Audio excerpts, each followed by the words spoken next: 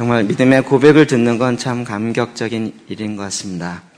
오늘 말씀 우리 같이 좀 읽겠습니다. 사도행전 10장 1절에서 48절인데요. 1절부터 8절까지 읽겠습니다.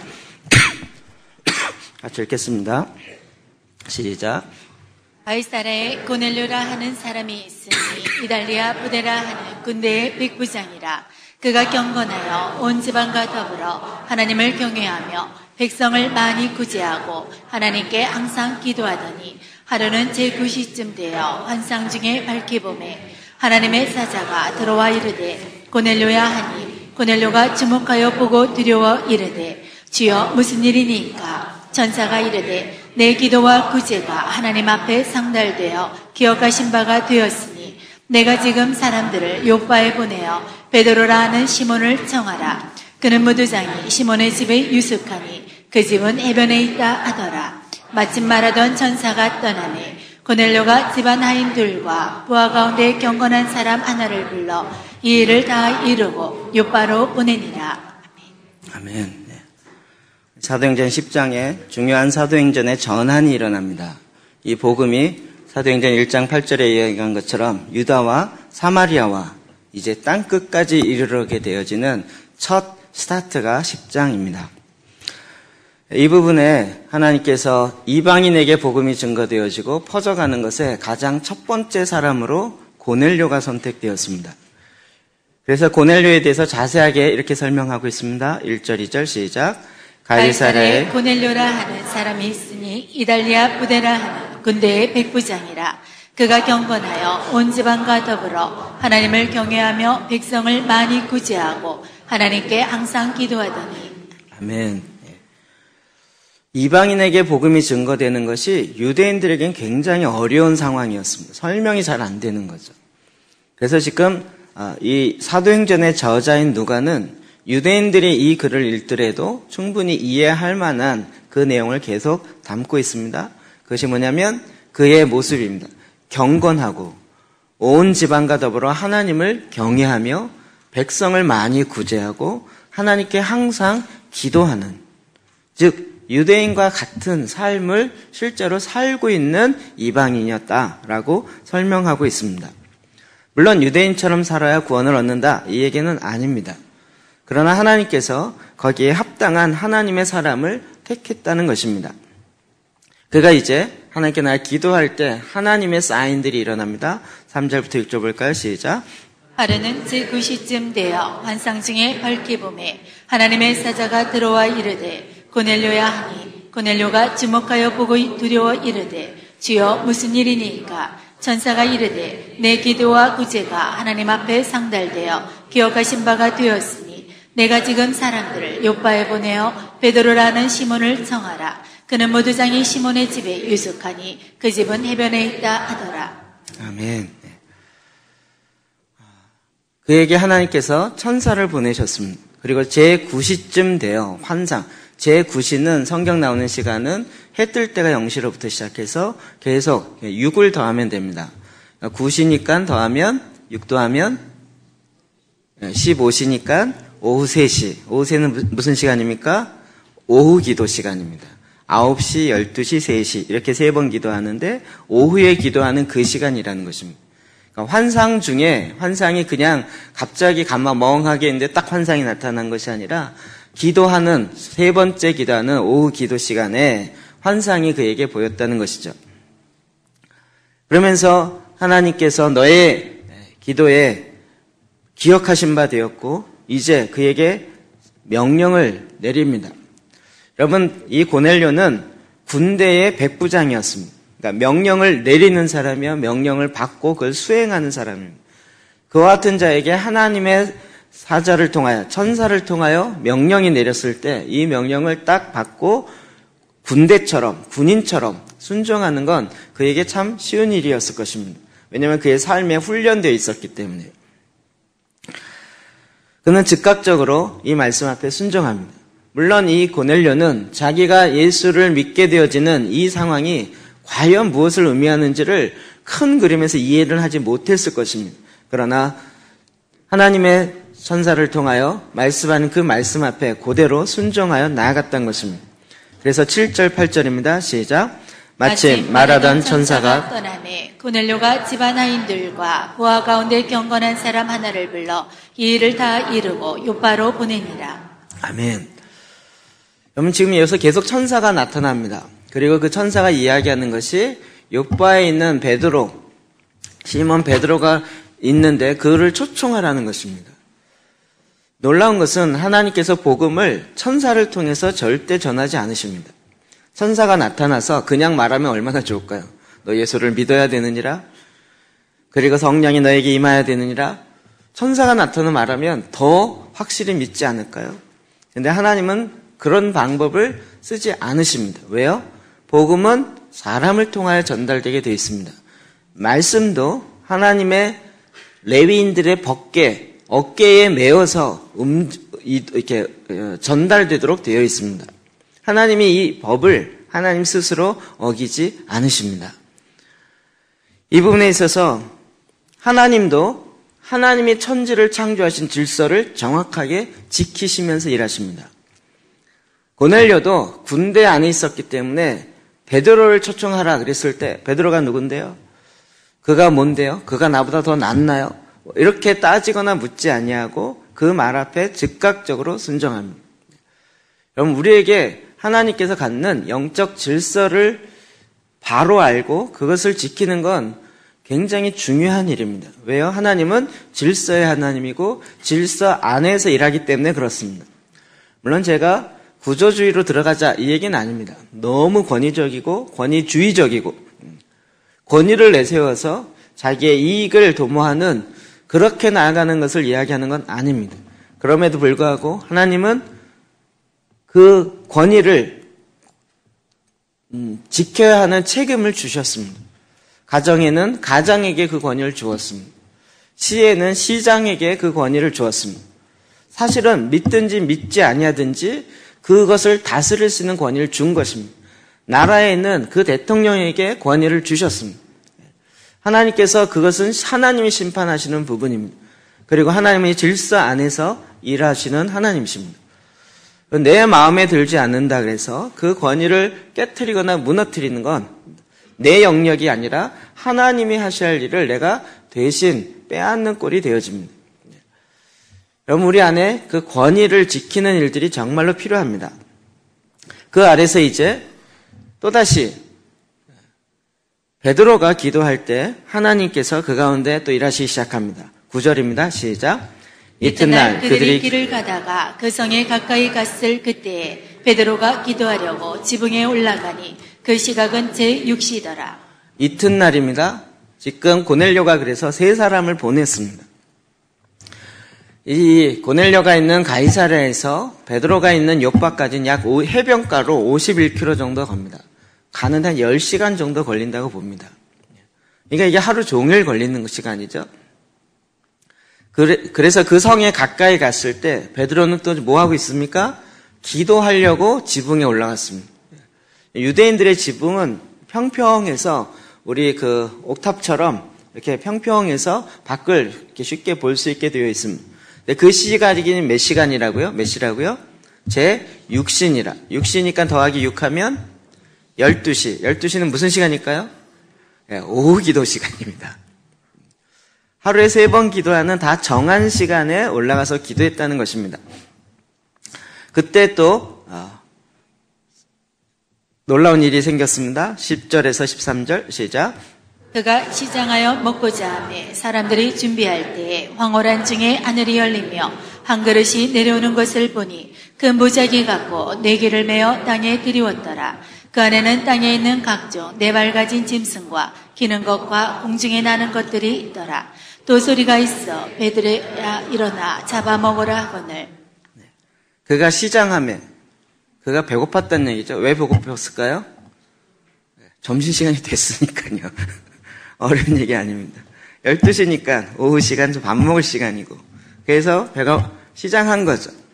사람들이 준비할 때 점심을 준비하고 있는 그때 황홀한 중에 하늘이 열리며 환상이 보이기 시작했습니다.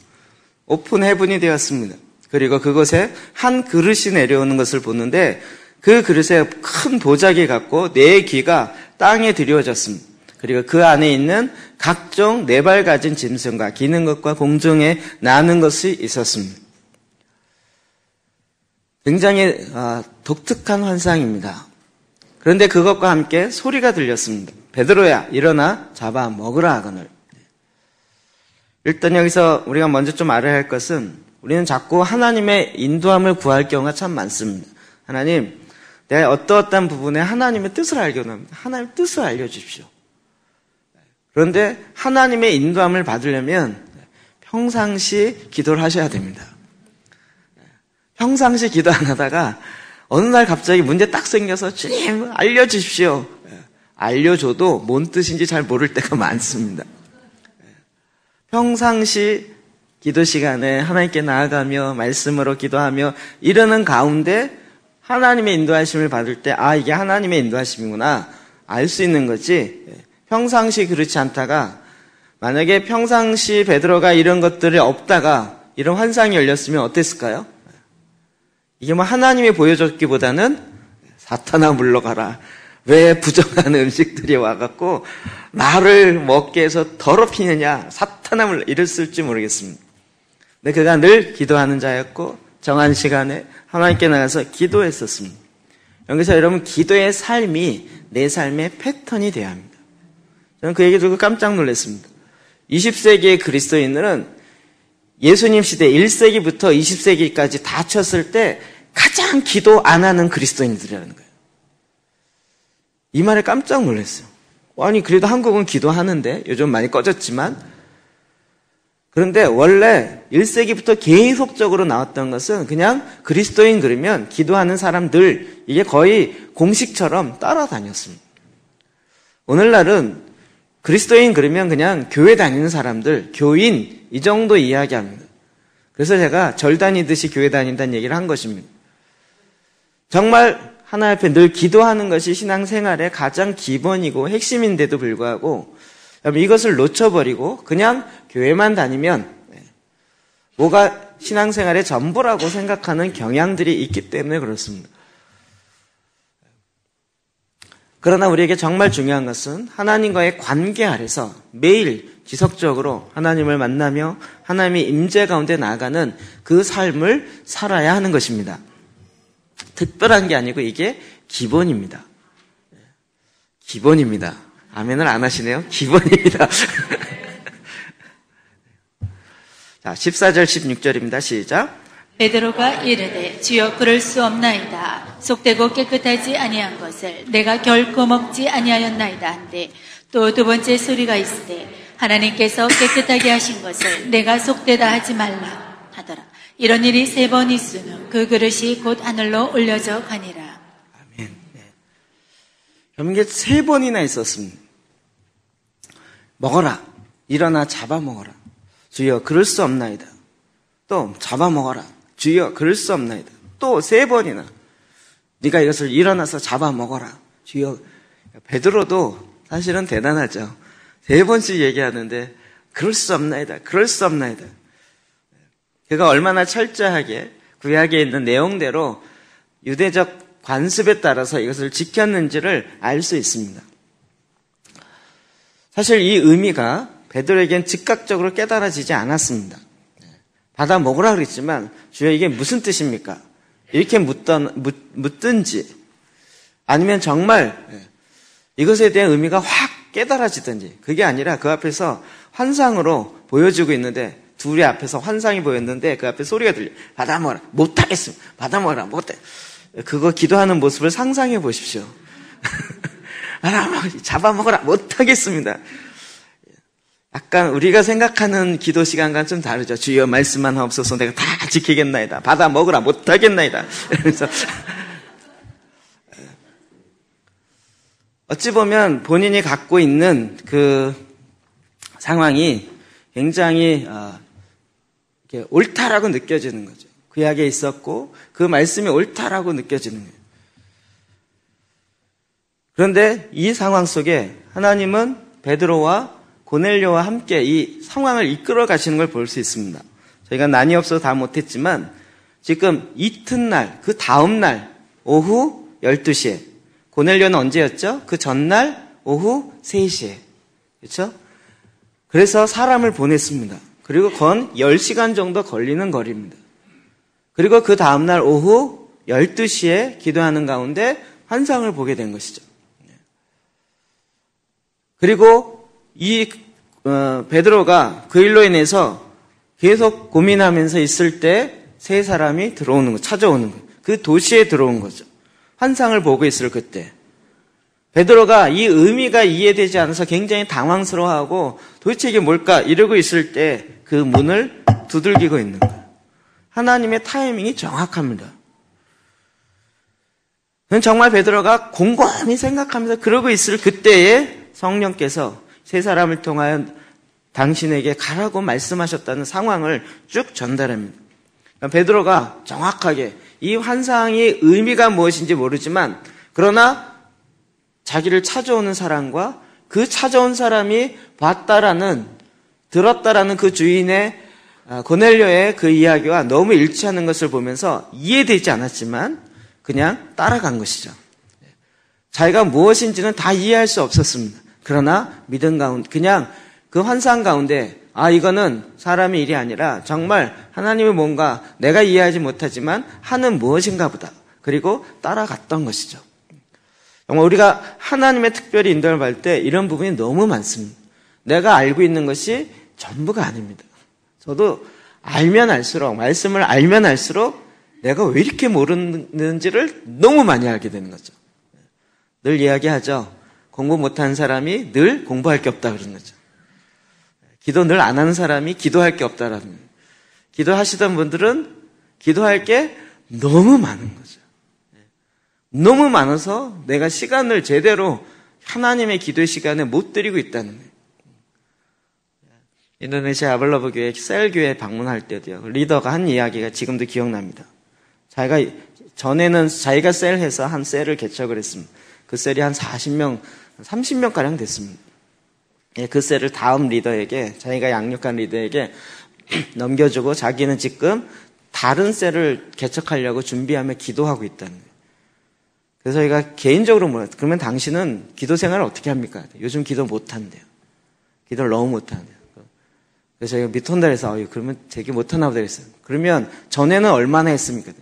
자기가 셀 리더 할 때는 5시간 했는데 지금은 2시간밖에 못합니다. 이러십니다. 개념이 좀 다르죠. 그냥 되진 않습니다. 정말 하나님 앞에 늘 깨어서 기도하면서 정말 내 안에 하나님의 역사가 이루어지도록 하나님께 나아가야 하는 것이죠. 자, 드디어 베드로가 나섭니다. 자, 23절부터 24절 볼까요? 시작. 베드로가 불러들여 유숙하게 하니라. 이튿날 일어나 그들과 함께 갈새 요파에서 온 어떤 형제들도 함께 가니라. 이튿날 가이사랴에 들어가니 고넬료가 그의 친척과 가까운 친구들을 모아 기다리더니. 아멘. 자, 3명의 사람이 가이사랴부터 왔습니다. 그리고 베드로가 갈 때 어떤 형제들 복수입니다. 그래서 적어도 2사람, 그러니까 베드로와 형제 2사람 정도가 올라갔습니다. 그러니까 6명이 다시 같이 올라가는 것입니다. 올라갔는데 또 하루가 걸렸습니다. 그래서 이튿날 가이사랴에 들어가니 고넬료가 그의 친척과 가까운 친구들을 다 모아놓고 기다렸습니다. 그러니까 고넬료 입장에 볼 때는 지금 사람을 보냈습니다. 이틀 걸렸습니다. 만나서 데려오는데 또 1박 2일 걸렸죠. 그래서 2박 3일을 기다린 셈입니다. 2박 3일을. 사실 그러는 동안 그의 마음엔 많은 준비가 이미 되어 있었습니다. 그리고 베드로가 들어왔을 때 그 앞에 엎드려 경배하면서 절을 했습니다. 근데 베드로가 아니라 나도 당신과 같은 사람입니다 라고 말했습니다. 그러면서 왜 나를 불렀는지 이야기를 하는 그 부분인데요. 28절 29절입니다. 시작. 이르되 유대인으로서 이방인과 교제하며 가까이 하는 것이 위법인 줄을 너희도 알거니와 하나님께서 내게 지시하사 아무도 속되다 하거나 깨끗하지 않다 하지 말라 하시기로 부름을 사용하지 아니하고 왔노라. 묻노니 무슨 일로 나를 불렀느냐. 베드로가 여기 오는 것이 어떠한 어려움이 있었는지 그가 이야기하고 있습니다. 유대인으로서 이방인과 교제하며 가까이 하는 것이 위법입니다. 그것이 유대인의 법칙, 유대인의 규례에는 위법입니다. 자기가 유대인이고 이것이 위법인 줄 알지만, 그리고 나뿐만 아니라 너희도 알고 있지만 하나님께서 내게 환상 가운데 지시한 것이 있어서 아무도 속되다 하거나 깨끗하지 않다 하지 말라 하시기로 내가 하나님의 말씀한 것이 있어서 뭔지는 모르겠지만 부름을 사양하지 아니하고 왔노라. 묻노니 무슨 일로 나를 불렀느냐. 사실 베드로가 갖고 있는 그의 민족적인 정통, 흘러내려는 그것이 너무나도 그도 알고 이방인인 고넬료도 알고 있는 상황입니다. 우린 그냥 고넬료가 초청했구나 이 정도가 아니라, 이건 그 당시에 초청해서도 안 되고 초청받아서 가도 안 되는 그 장벽이 있는 상황인데 그것을 뛰어넘는 일이 일어난 것입니다. 그래서 하나님은 고넬료에게도 말씀으로, 그리고 베드로에게도 하나님께서 환상 가운데 두 일을 하나님이 다 주도적으로 지금 이끌어서 나아가고 있는 것입니다. 자, 34절 35절입니다. 시작. 베드로가 입을 열어 말하되 내가 참으로 하나님은 사람을 외모로 보지 아니하시고 각 나라 중 하나님을 경외하며 의를 행하는 사람은 다 받으시는 줄을 깨달았노라. 아멘. 드디어 베드로가 이 현장에서 이걸 깨달았습니다. 그들이 하나님의 말씀을 받는 것과 그들 가운데 주의 성령이 임하는 걸 깨달은 거죠. 이것이 여러분 이방인을 만나도 안 되는 이 문화적 배경을 갖고 있는 베드로에게는 엄청난 충격과 같았습니다. 도저히 있을 수 없는 일이고 해서도 안 되는 일인데 하나님께서 그 가운데 주의 성령이 임하였습니다. 그리고 그들 가운데 하나님의 역사가 일어나는 걸 보면서 그렇구나. 하나님은 사람의 외모를 보시지 않는구나. 사람이 갖고 있는 인종의 차별, 혹은 종교적 차별, 혹은 신분적 차별, 이런 것에 하나님이 매이지 않는구나. 그리고 각 나라 중 하나님을 경외해요. 유대인이 아니지만 다른 나라, 이방인이지만 그들 가운데서도 하나님을 경외하며 의를 행하는 사람은 다 받으시는 줄을 드디어 깨달은 거죠. 우리가 잘 아는 것처럼 이 부정한 그 짐승을 잡아먹으라, 그 얘기가 무엇이에요? 이 부정하다고 생각하는 이방인이었죠. 이방인을 만나도 안 되고 이방인과 같이 식사해도 안 되는데 하나님이 그를 잡아먹으라는 거예요. 그들과 같이 교제하며 먹어서 먹는다는 얘기는 그 육체가 음식이 내 안에 들어와서 내 몸에 들어와 하나가 된다는 거예요. 근데 드디어 하나님이 뭘 말씀하시는지를 드디어 깨달았습니다. 그래서 37절부터 43절까지 내가 무엇을 전해야 되는지를 깨닫자마자 곧바로 이야기합니다. 곧 요한이 그 세례를 반포한 후에 갈릴리에서 시작해 온 유다와 두루 전파하는 것을 너희도 알거니와 하나님이 나사렛 예수에게 성령과 능력을 기름 붓듯 하셨음에 그가 두루 다니며 선한 일을 행하시고 마귀에게 눌린 모든 사람을 고치셨으니 이는 하나님이 함께 하셨습니다. 너희들이 성령을 받고 그들이 고넬료가 예수를 믿었던 것이 아니라 유대교의 전통을 따라가고 있었습니다. 그리고 아직 메시아가 누구인지를 알지 못하고 있었습니다. 그런데 본인이 이제 이 메시아를 전해야 되는 증인이라는 것을 이야기합니다. 그러면 그 메시아가 누구냐? 예수 그리스도이다. 그 그리스도가 어떤 분인지를 소개하고 있는 것입니다. 메시아면 만왕의 왕인데 왕이면 기름을 받을 것 아니에요. 근데 예수는 어떻게 기름 부음을 받았어요? 성령과 권능으로 기름 붓듯 부었다고요. 그래서 그가 병든 자를 고치고 많은 기적을 행하여서 정말 그가 기름 받은 자로서의 구체적인 표적과 행동이 있었다는 거죠. 36절 볼까요? 시작. 만유의 주 되신 예수 그리스도로 말미암아 화평의 복음을 전하사 이스라엘 백성들에게 보내신 말씀, 그리고 37절부터 그 말씀이 뭔지 곧 요한이 그 세례를 해서 쭉 나가는 것입니다. 그래서 41절에 제가 읽겠습니다. 40절. 하나님이 사흘 만에 다시 살리사 나타내시되 41절 모든 백성이 하신 것이 아니요 오직 미리 택하신 증인, 모든 사람에게 다 나타난 것이 아니고 예수 그리스도의 부활을 증거해야 되는 그 책임을 받은 자들, 그걸 직접 본 사람들, 그 증인, 곧 죽은 자 가운데서 부활하신 후 그를 모시고 음식을 먹은 우리에게 하신 것이라. 그러니까 베드로는 예수 그리스도가 죽은 자 가운데 2박 3일 만에 다시 부활한 그것의 증인인 거죠. 그래서 이 이방인이 나를 부르라고 한 하나님의 뜻이 무엇인지를 깨닫게 된 것이에요. 그 예수의 증인으로 가서 증거하라는 거죠. 실제로 그들 가운데 놀라운 하나님의 역사가 드디어 일어납니다. 그리고 성령이 임하는 사건이 일어나는 거죠. 44절 45절이요. 시작. 베드로가 이 말을 할 때에 성령이 말씀 듣는 모든 사람에게 내려오시니 베드로와 함께 온 할례받은 신자들이 이방인들에게도 성령 부어 주심으로 말미암아 놀라니. 베드로와 함께 온 할례받지 않은 신자가 누구죠? 요바에서 같이 따라온 두 형제. 그렇죠?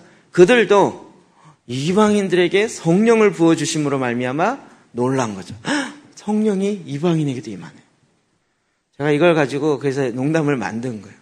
유대인들은 이방인을 뭐처럼 여겨요? 개처럼 여긴 거죠. 이방인들은 나중에 지옥에 불쏘시개로 땔감으로 쓰려고 만들었다고 생각한 거죠. 그런데 개처럼 여겼는데 이방인의 느낌이 그렇다는 거예요. 유대인들이. 개처럼 여긴 사람에게 성령이 임했어요. 여러분 이해가 안 되죠? 아주 파격적으로 개에게 성령이 임했다고 생각해 보시죠. 그럴 리가 없지만 너무 놀랄 일 아니에요. 웃을 수밖에 없는 얘기잖아요. 그러니까 이방인의 느낌, 유대인들에게 그런 느낌인 거죠. 도저히 인간 취급을 할 수 없는 존재라고 생각했는데 그들에게 성령이 임한 거예요. 그걸 보고 누가 놀래요? 유대인들이 놀랄 수밖에 없는 거예요. 와, 도대체 이게 무슨 일이냐? 그리고 베드로는 이걸 통해서 깨닫게 되는 거죠. 그래서 46절부터 48절 시작. 이는 방언을 말하며 하나님 높임을 들으미로라. 이에 베드로가 이르되 이 사람들이 우리와 같이 성령을 받았으니 누가 능히 물로 세례 베품을 금하리요 하고 명하여 예수 그리스도의 이름으로 세례를 베풀라 하니라. 그들이 베드로에게 며칠 더 머물기를 청하니라. 아멘. 그들이 성령이 임했다는 걸 어떻게 알았어요? 방언하기 시작한 거예요. 이는 왜 성령의 부어주심을 뭘로 알았냐면 이는 방언을 말하는데 그 방언을 통하여 하나님 높임을 들음이라. 누가요? 베드로와 그 함께 간 요바의 유대인 형제 둘이요. 그래서 이걸 보면서 베드로가 이르되 이 사람이 우리와 같이 성령을 받아, 우리와 같이 동일한 성령을 받으니 누가 능히 물로 세례 베품을 금하리요. 세례를 준다는 건 뭘 의미해요? 그리스도와 함께 죽고 그리스도와 함께 살고 그리스도와 함께 연합한다는 거죠. 그것의 예식이 세례죠. 본질적 의미는 뭡니까? 성령으로 말미암아 하나 된다는 거죠. 그러니까 나는 성령으로 말미암아 예수 그리스도와 지금 한 영이 되어 있는데 어떻게 됐어요? 이도 성령으로 말미암아 한 영이 됐으니 이와 내가 형제가 되는 것이 마땅하지 않냐 이거죠. 그래서 물세례 주기를 어려워하지 않고 이방인인데 그에게 세례를 베푸는 거죠. 시간이 짧아서 가장 핵심적인 한 가지만 좀 말씀드리면 이건 하나님이 창조 때부터 원하셨던 거예요. 아브라함을 왜 택하셨어요? 열방의 아비가 되게 위해서. 이스라엘의 아비가 아니고 열방의 아비가 되게 위해서. 그런데 이거를 이스라엘이 유대인들이 어떻게 했습니까? 선민사상, 특권사상이 되어지면서 하나님이 우리 민족을 택했다는 거예요. 그래서 그걸 너무 강조하다가 결국 이방인들에게는 담을 쌓고 오지 못하게 하고 그래서 성전 가운데는 이방인이 들어오지 못하게 하는 벽을 쌓아버립니다. 이방인은 이 벽을 넘어오지 마십시오. 이렇게. 그게 바벨탑을 쌓은 것과 같은 거죠. 하나님이 사람을 창조하시고 땅 끝까지 충만하고 땅 끝까지 가서 하나님의 형상으로 하나님의 말씀으로 다스리라고 했는데 그걸 안 하는 거예요. 인간을 만들어 놓은 목적이 이루어지지 않는 거예요. 그래서 우리가 흩어짐을 면하자. 그리고 바벨탑을 쌓는데 하나님 그걸 흩으시죠. 어떻게 해요? 언어를 다르게 해서요. 그래서 그 언어별로 나라가 이루어지면서 흩어집니다. 그리고 이제 초대교회의 방언을 통하여서 다시 하나님의 영으로 하나님의 뜻을 깨닫게 하면서 뭐가 회복됩니까? 하나님의 첫 번째 하신 언약의 말씀이 회복되는 거예요. 하나님 원래 원하셨던 아브라함을 택한 이유가 무엇입니까? 열방에 축복되게 하려고요. 그럼 이것이 갈라디아서 3장 14절에 나온 얘기입니다. 시작. 이는 그리스도 예수 안에서 아브라함의 복이 이방인에게 미치게 하고 또 우리로 하여금 믿음으로 말미암아 성령의 약속을 받게 하려 함이라. 아멘. 갈라디아서는 갈라디아 교인인데 이미 지역 자체가 이방 지역입니다. 아브라함의 복이 누구에게 미쳐요? 이방인에게. 그 앞에 8절에만 이렇게 얘기하고 있습니다. 또 갈라디아 3장 8절 또 하나님이 이방을 믿음으로 말미암아 의로 정하실 것을 성경이 미리 알고 먼저 아브라함에게 복음을 전하되 모든 이방인이 너로 말미암아 복을 받으리라 하셨느니라. 창세기 12장 8절에 너는 복의 근원이 되리라. 그래서 어떻게 해요? 너를 축복하는 자가 축복을. 누가요? 모든 나라에서 모든 이방인들이 너를 축복하면 축복을 받아요. 왜요? 너는 모든 열방의 아비이기 때문에. 하나님이 왜 아브라함을 택했어요? 선민 사상으로 가려고 하는 것이 아니라 그 하나님의 축복이 아브라함을 통하여 모든 이방에까지 땅끝까지 흩어지게 하려고요. 그래서 땅끝까지 하나님의 축복이 다 전달되게 하려고요. 그런데 그것을 유대인들은 못하게 막은 거죠. 사실은 이것은 하나님이 원래부터 하고 싶었던 거예요. 그런데 베드로도 깨닫지 못했던 거예요. 고넬료도 사실은 잘 깨닫지 못했던 것이에요. 드디어 하나님께서 양쪽에서 역사하기 시작하셔서 이 가운데 하나님의 놀라운 일을 행하신 거죠. 저와 여러분의 생애 가운데 하나님은 지금도 이렇게 일하십니다. 제가 지난번 데스티니에 대해서 설교하고 나서 그렇구나. 하나님은 저와 여러분의 하나님이 창조하신 목적을 절대 포기한 적이 없으십니다. 그런데 우리가 하나님을 마음에 두기 싫어하므로 엉뚱한 곳으로 가라. 그곳에서 잘 되고 잘 살게 해주십시오 그래갖고 했는데 너무 잘 살았어요. 근데 하나님은 그 다음 어떻게 하실까요? 너를 내가 왜 보냈는지 보낸 이유를 알아야 되지 않을까요? 근데 보낸 이유와는 상관없이 살고 있었어요. 그리고 여기가 좋사오니 여기다 천막을 4개를 치고 이러면서 거기다가 궁궐을 지으면서 살라 그래요. 그럼 하나님은 어떻게 하실까요? 말하기 어려우시죠? 하나님이 어떻게 하셔야 되겠습니까? 야, 거기가 아니야 라고 흔들어야 되지 않을까요? 흔들림 받고 오신 분이 여러 분 계시죠? 거기가 아니야. 내가 너를 그렇게 축복하고 한 거는 네가 잘 먹고 잘 사는 것으로 끝나는 것이 아니야. 나는 너를 통하여 열방에 너의 나의 축복이 너를 통하여 다른 사람에게도 다 전달되게 하려는 것이야. 근데 왜 너만 선민사상인 것처럼 그렇게 하고 있냐는 거죠. 이 부분에 하나님께서 지금 우리의 틀을 깨시는 거예요. 틀을 깨요. 저는 굉장히 이런 것들이 쉽다라고 생각했는데 요즘 실제로 이렇게 좀 진행해 보면서 쉽지 않다라는 걸 알게 돼요. 여러분 그냥 쉽게 들을지 모르지만 교회는 교회를 위해서 존재하지 않습니다. 교회는 세상을 위해 존재합니다. 이 얘기 자체에 충격받으신 분이 너무 많더라고요. 여러분 교회는 교회를 위해 존재하지 않습니다. 교회는 세상을 향해서 하나님의 축복이 흘러가도록 그렇게 해서 하나님이 전초기지로 만들었지 전초기지가 전초기지를 위해서 살면 어떻게 되냐고요.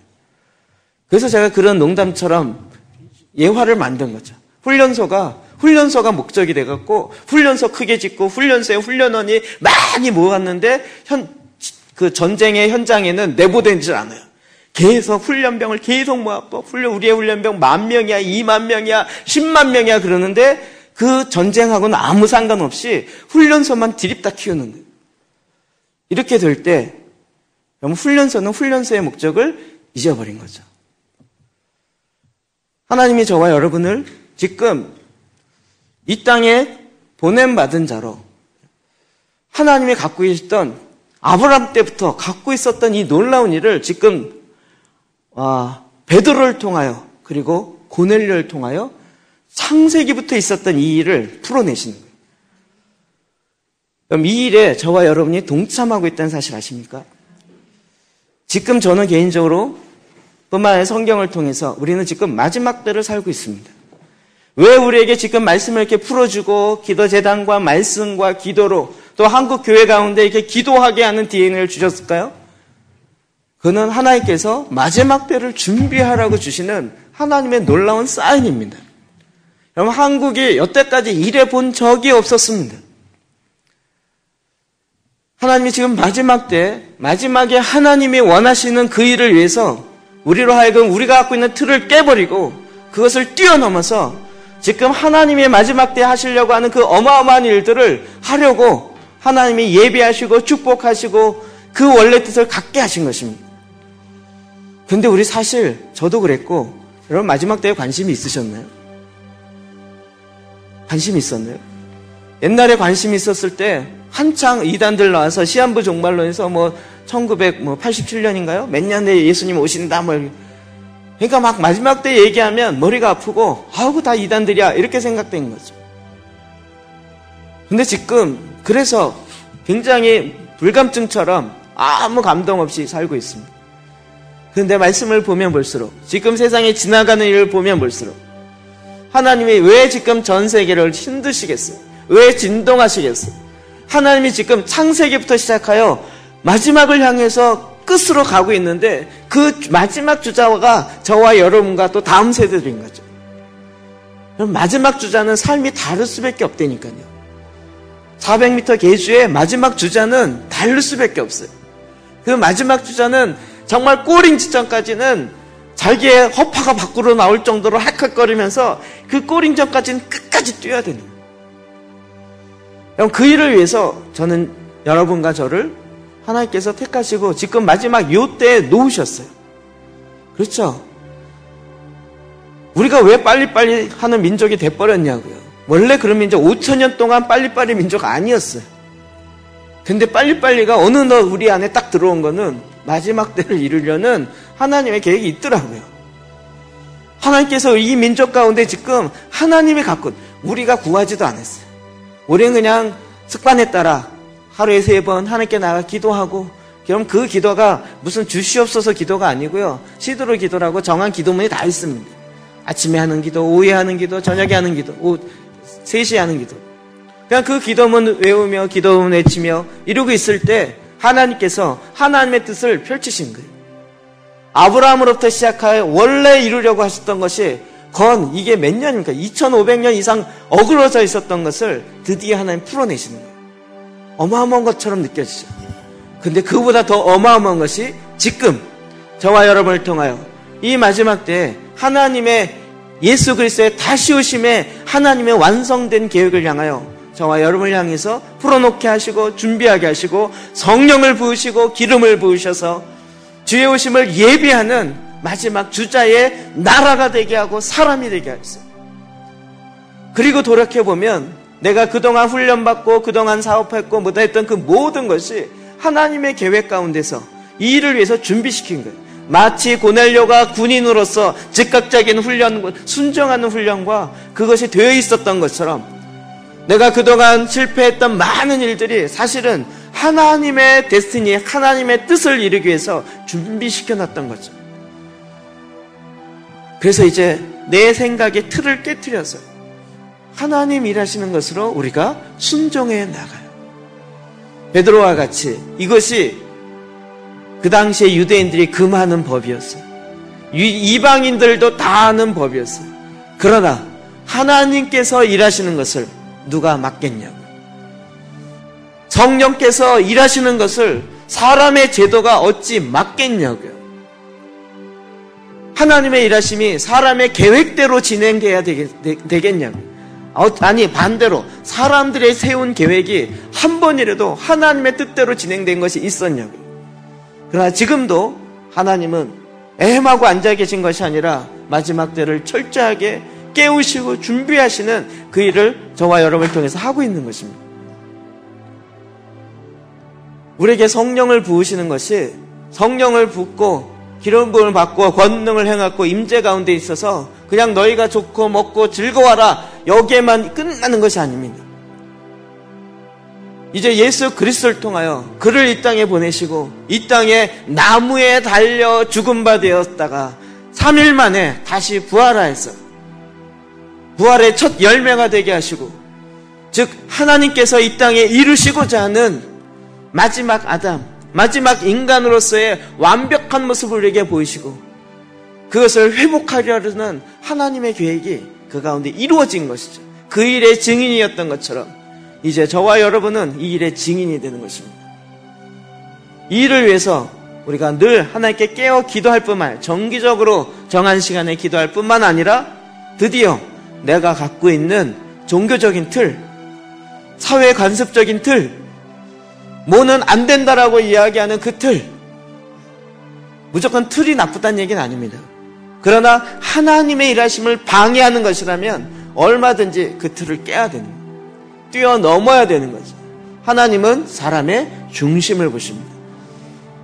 그래서 지금 하나님께서 이 어마어마한 일을 한 사람, 베드로와 고넬료를 통해서 일하십니다. 예수님이 베드로에게 저는 그리스도시여 살아계신 하나님의 아들입니다 그럴 때 예수님 뭐라고 하셨습니까? 내가 너에게 천국 열쇠를 맡긴대. 하늘나라 문을 여는 열쇠를 맡긴대. 지금 하늘나라 문을 열어서 베드로가 열어서 어떻게 됩니까?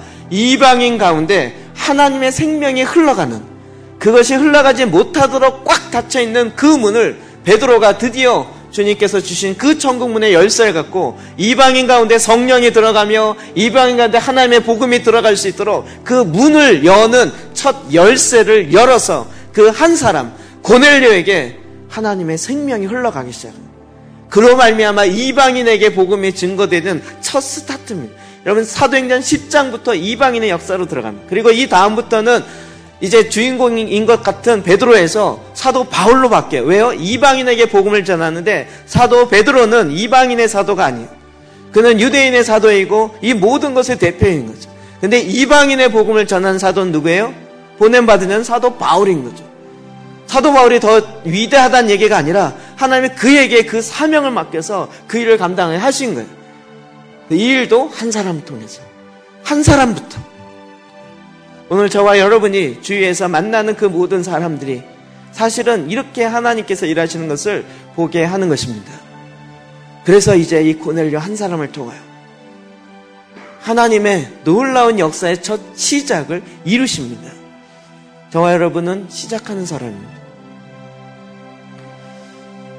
그래서 시작하는 사람이 갖는 어려움이 있을 수밖에 없지만, 그러나 그 시작을 통하여 이제는 하나님의 계획이 더 온전함으로, 더 완성되어짐으로 나아가게 하는 하나님의 뜻이 있는 것입니다.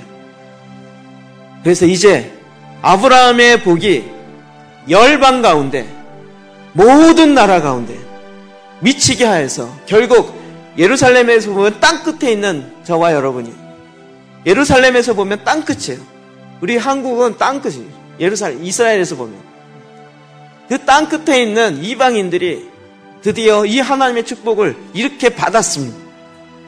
그리고 주의 성령으로 다시 약속대로 성령의 충만을 받고 이제는 마지막 때의 완성을 이루어야 할 그 시점에 와 있는 것입니다.